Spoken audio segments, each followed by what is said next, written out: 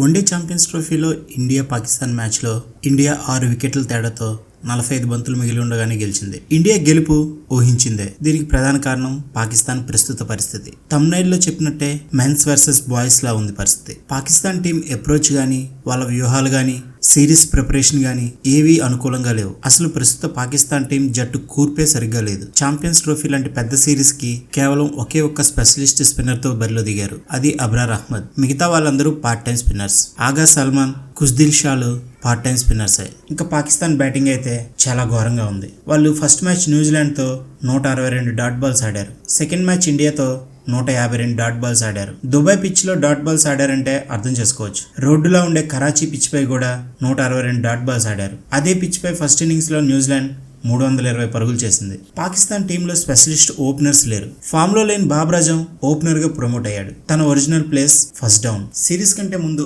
ఆయుబ్ గాయం అవడంతో బాబర్ ఆజం తీసుకున్నారు. ఫస్ట్ మ్యాచ్ లో ఫకర్ జమన్ గాయంతో సిరీస్ మొత్తానికి వైదొలగడంతో ఇమాముల్ హక్ ని రీప్లేస్ చేశారు. సో ప్రస్తుత జట్టులో ఇమాముల్ హక్ ఒక్కడే స్పెషలిస్ట్ ఓపెనర్. తను చాలా కాలంగా ఇంటర్నేషనల్ జట్టులో లేడు. Babar Azam first match New Zealand తో కూడా 90 బంతులు ఆడి 64 పరుగులు చేశాడు. తను టీంలో ఇండివిజువల్ పర్ఫార్మెన్స్ కి ఎక్కువ ప్రిఫరెన్స్ ఇస్తున్నాడనే ఆరోపణలు ఈ మధ్య చాలా ఎక్కువ వినిపిస్తున్నాయి. ఒకప్పుడు పాకిస్తాన్ టీంలో షోయబ్ మాలిక్, షాబాద్ ఖాన్ లాంటి మంచి ఫినిషర్స్ ఉండేవాళ్ళు. ఇప్పుడు జట్టులో మిడిల్ ఆర్డర్ లో ఫినిష్ చేసే ప్లేయర్స్ కనిపించట్లేదు. పాకిస్తాన్ అంటే ఫాస్ట్ బౌలింగ్ కి పెట్టింది పేరు. షహీన్ షా అఫ్రిది, నయీం షా, హరీష్ రూఫ్ల త్రయం ఈ మధ్య కాలంలో అసలు ఫామ్ లో లేదు. పాకిస్తాన్ ఛాంపియన్స్ ట్రోఫీ కంటే ముందు న్యూజిలాండ్, సౌత్ ఆఫ్రికాలతో ట్రై సిరీస్ ఆడింది. అందులో ఒక్క మ్యాచ్ మాత్రమే గెలిచి మిగతా మ్యాచెస్ ఓడిపోయింది. దీంతో లో కాన్ఫిడెన్స్ తోనే సిరీస్ లో కడుగు పెట్టింది. సాధారణంగా ఐసీసీ టోర్నీస్ లో పాకిస్తాన్ కి ఇండియా మీద అంత గొప్ప రికార్డ్ లేదు. పాకిస్తాన్ గత 6 వన్డేల్లో ఒక్కటి కూడా గెలవలేదు. ప్రస్తుతం పాక్ టీంలో ఉన్న ప్లేయర్స్ లో సింగిల్ హ్యాండెడ్ గా మ్యాచ్ ను గెలిపించే ప్లేయర్సే కరువయ్యారు.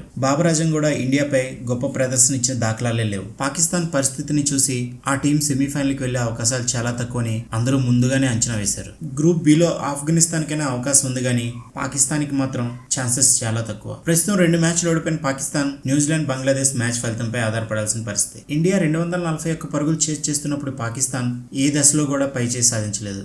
రోహిత్ శర్మ మొదట్లో బాగానే ఆడిన షాహిద్ అఫ్రిదికి 20 పరుగుల వద్ద అవుట్ అయ్యాడు. ఆ తర్వాత విరాట్ కోహ్లీ, శుభ్మన్ గిల్ 69 పరుగులు జోడించారు. శుభ్మన్ గిల్ ని 46 పరుగుల వద్ద అబ్రార్ అహ్మద్ అవుట్ చేసిన నెంబర్ 4 లో మిస్టర్ కన్సిస్టెంట్ గా మారిన శ్రేయస్ అయ్యర్ విరాట్ కోహ్లీతో కలిసి 114 పరుగులు జోడించాడు. పాకిస్తాన్ తో మ్యాచ్ అంటే విరాట్ కోహ్లీలో ఉన్న అత్యుత్తమ బ్యాట్స్మెన్ బయటకు వస్తాడు. ఈసారి కూడా అదే జరిగింది. తన బ్యాటింగ్ లో ఫస్ట్ నుంచి దూకుడుగా లేకపోయినా ఆచితూచి ఆడి మ్యాచ్ ని గెలిపించేంత వరకు అవుట్ అవ్వకూడదన్న సంకల్పమే కనిపించింది. కోహ్లీ, గిల్ క్రీజ్ లో ఉన్నప్పుడు కోహ్లీ స్ట్రైక్ రొటేట్ చేస్తే గిల్ దూకుడుగా ఆడాడు. గిల్ అవుట్ అయ్యాక శ్రేయస్ అయ్యర్, విరాట్ కోహ్లీ ఇద్దరు కూడా సింగిల్స్, డబుల్స్ తీస్తూ పాకిస్తాన్ బౌలర్స్ ని తీవ్ర అసహనానికి గురి చేశారు. దీంతో పాక్ బౌలర్ల లైన్ అండ్ లెంత్ తప్పింది. దీంతో ప్రతి ఓవర్లోనూ మాక్సిమం ఒక 4 రావడంతో అసలు చేజింగ్ ఏమాత్రం కూడా ఇబ్బంది కలిగించలేదు. కోహ్లీ హాఫ్ సెంచరీ తర్వాత ఇండియా గెలవడానికి దాదాపు 100 పరుగులు కావాలి. అప్పుడు అందరూ అనుకున్నది కోహ్లీ సెంచరీ చేస్తాడా లేడా. టీమ్ స్కోర్ 214 పరుగులు ఉన్నప్పుడు శ్రేయస్ అయ్యర్ 56 పరుగుల వద్ద అవుట్ అయిపోయాడు. అప్పుడు విరాట్ కోహ్లీ స్కోర్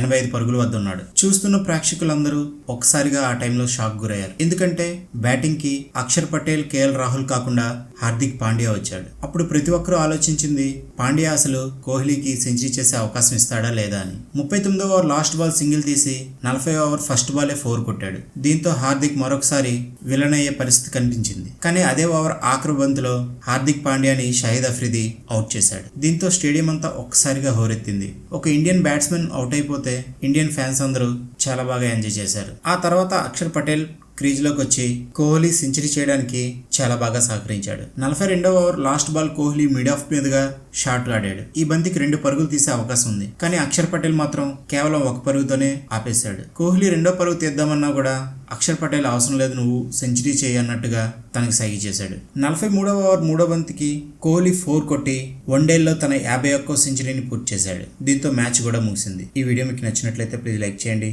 షేర్ చేయండి, ఈ ఛానల్ సబ్స్క్రైబ్ చేసుకుని ఎంకరేజ్ చేయండి. Thank you.